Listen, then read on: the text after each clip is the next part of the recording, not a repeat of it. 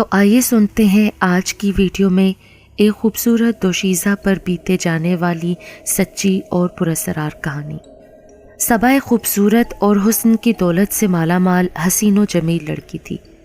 اپنے والدین اور بھائی کی لاڈلی ہونے کے باوجود غرور اور تکبر اور خود سری سے دور تھی۔ حال ہی میں تعلیم مکمل کی تھی اور اب آج کل گھر پہ ہوتی تھی۔ بقول اس کی امی کے اچھے رشتے کے انتظار میں تھی۔ وہ اکثر اپنی امی کو ٹوکا کرتی، کیا ہے امی، آپ بھی نہ ہر آئے گئے سے میرے رشتے کی بات کیا کرتی ہیں۔ جب میرے اتنے رشتے آ رہے ہیں تو پھر آپ فکر کیوں کرتی ہیں؟ ارے بیٹا، میں اپنی بیٹی کو کسی ایسے ویسے گھرانے میں نہیں بیانا چاہتی۔ میری بیٹی تو شہزادی ہے، شہزادی، اسے کسی شہزادے سے ہی بیاہوں گی۔ امی کے لہجے میں پیار، محبت اور خلوص ٹپک رہا تھا۔ صبا خاموش ہو جاتی۔ صبا کے لیے رشتوں کی کمی نہ تھی، ہر وقت کوئی نہ کوئی سوالی بن کر آتا، مگر صبا کے والدین بیٹی کو ایسے گھر میں بیانا چاہتے تھے جہاں ان کی بیٹی خوش و خرم زندگی بسر کر سکے۔ صبا کے لیے کبھی کسی رشتے والی کی ضرورت نہیں پڑی تھی کہ گھر میں بیٹھے اس کے لیے ایک سے ایک بڑھ کر رشتے آ رہے تھے۔ انہی رشتوں میں ابو کے دوست کا بیٹا بھی تھا۔ اس کے ابو اپنے دوست کے بیٹے کے گھر ان کے بڑے بیٹے کی شادی پر گئے تھے۔ وہیں پر ان کے چھوٹے بیٹے نے جو صبا کو دیکھا تو پہلی نظر میں اسے صبا بہت اچھی لگی۔ شادی کے ہنگاموں سے فارغ ہوتے ہی اس نے اپنے گھر والوں کو صبا کے لیے بھیج دیا۔ ابھی صبا کے والدین نے انہیں کوئی جواب نہ دیا تھا۔ صبا کے لیے آئے ہوئے تمام رشتے ہی اچھے گھرانوں کے تھے، مگر ان سب میں اشر کا رشتہ انہیں صبا کے لیے بہتر لگا۔ اشر ابو کے دوست کا بیٹا تھا۔ ابو ان کی فیملی کو ذاتی طور پر جانتے تھے۔ اشر باہر سے اعلیٰ تعلیم حاصل کر کے آیا تھا اور اب اپنے بھائی اور والد کے ساتھ ان کے بزنس میں ان کا ہاتھ بٹا رہا تھا۔ صبا کی کوئی بہن تو تھی نہیں، امی بھی ہر وقت کام میں مصروف رہتی تھیں۔ صبا بھی اپنی امی کے کام میں ہاتھ بٹاتی اور جب کام سے فارغ ہوتی تو اسے تنہائی کا احساس ہوتا۔ اس کی ایک عادت تھی، وہ اکثر اکیلے میں گنگنایا کرتی تھی۔ اس کی آواز بھی اسی کی طرح خوبصورت سریلی تھی۔ کالج، یونیورسٹی میں بھی وہ اپنی آواز کا جادو جگا چکی تھی۔ اس دن موسم صبح سے ہی بہت خوشگوار ہو رہا تھا۔ جاتی سردی اور آتی بہار نے موسم میں دلکشی پیدا کرتی تھی۔ خنک ہوا چل رہی تھی۔ صبا نہا کر نکلی تو کچھ دیر دھوپ لینے کی غرض سے چھت پر آ گئی۔ نرم نرم دھوپ بہت بھلی معلوم ہو رہی تھی۔ آسمان پر کبھی بادل چھا جاتے اور کبھی تیز ہوا کے زور پر آگے چلے جاتے۔ سورج بادل کی اوٹ سے جھانکنے لگتا۔ کبھی دھوپ کبھی چھاؤں کے اس کھیل نے صبا کی طبیعت کو مسرور کر دیا۔ حسب عادت صبا کے لب گنگنا اٹھے۔ وہ ماحول سے بے خبر اپنی دھن میں گنگنانے اور اپنے لمبے خوبصورت بالوں سے کھیلنے میں مصروف تھی۔ وہ آہستہ آہستہ اپنے بالوں میں برش پھیر رہی تھی، ساتھ ہی اپنا پسندیدہ گانا گانے میں مصروف تھی۔ پھر اسے لگا کوئی اور بھی اس کی آواز میں شامل ہے۔ اس نے چونک کر آس پاس دیکھا تو اسے کوئی نظر نہ آیا۔ اس نے سر جھٹکا اور دوبارہ اپنے مشغلے میں مگن ہو گئی۔ اس بار بالکل واضح آواز سنائی دی۔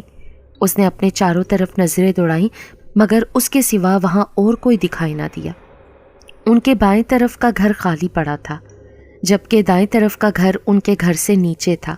پھر بھی اپنی تسلی کے لیے اس نے دونوں گھروں میں جھانک کر دیکھا مگر وہاں بھی کوئی نہ تھا۔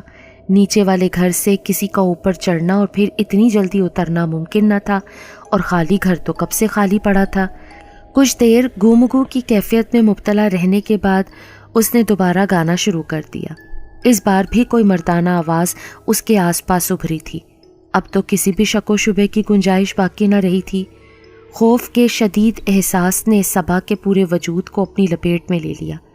وہ پوری قوت سے چیختی ہوئی نیچے کی طرف بھاگی، یہ جانے بنا کہ اس کے لہراتے لمبے گھنے سیاہ بال کسی کے دل کا قرار لوٹ گئے تھے۔ صبا دوڑ کر سیدھا اپنے کمرے میں آئی۔ اس کی سانس بری طرح پھولی ہوئی تھی۔ خوف کی شدت سے ہاتھ پاؤں ٹھنڈے ہو چکے تھے۔ وہ اپنے بیڈ پر آئی اور کمبل میں خود کو لپیٹ لیا۔ اندیکھے وجود کی آواز پر غور کرتے کرتے نہ جانے کب وہ نیند کی وادی میں اتر گئی۔ صبا کی امی نے شام کی چائے تیار کی مگر آج صبا ابھی تک سو رہی تھی، حالانکہ اس وقت تو وہ کچن میں ان کا ہاتھ بٹاتی تھی۔ اس کی امی چائے کا کپ لے کر اس کے کمرے میں آئی۔ صبا کمرے میں اندھیرا کیے بے خبر سو رہی تھی۔